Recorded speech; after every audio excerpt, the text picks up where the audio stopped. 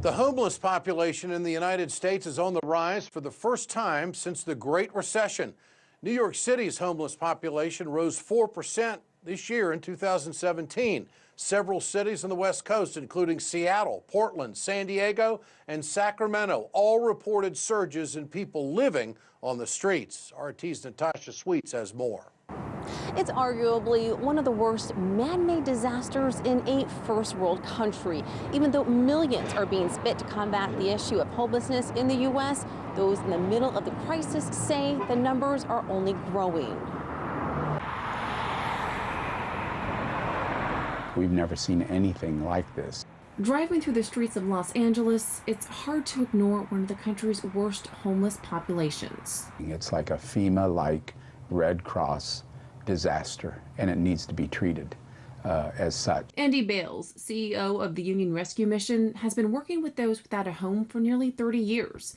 Bales says right now it's the worst he's ever seen. We have more families who've come to us than even during the worst part of the Great Recession. Bales says it's in part to the drastic 30% increase in rents that's pushing homelessness past the tipping point. For Sean Lilly, it all changed when Lilly found out the restaurant he was working at was closing down. I wasn't saving any money, couldn't afford any rent. Family really didn't want me over there too much, so I ended up on the street. Roughly 3/4 of LA's homeless population, roughly 34,000 people, live outside, everywhere from sidewalks, alleys, canyons, to what you see right here under bridges. We are 184 toilets shy of a UN refugee camp in Syria. With only 9 working toilets among more than 2,500 people on the infamous Skid Row, sanitation is a huge concern. While the city of LA alone has spent $4.2 million to put in a handful of bathrooms, it's simply not enough.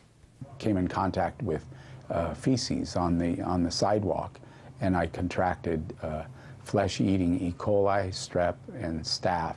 Bales eventually had his right leg amputated last year just from walking on the streets.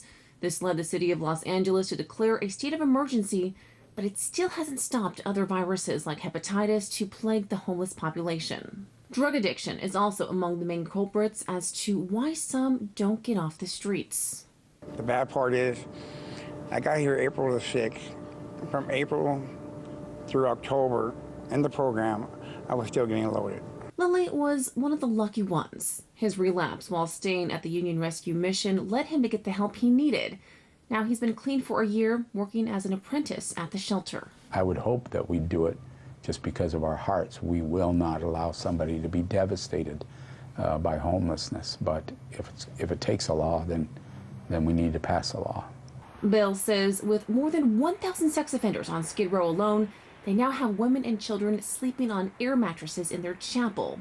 Only a Band-Aid for now, but Bales hopes the country will wake up and fix this growing epidemic. In Los Angeles, Natasha Sweatte, RT.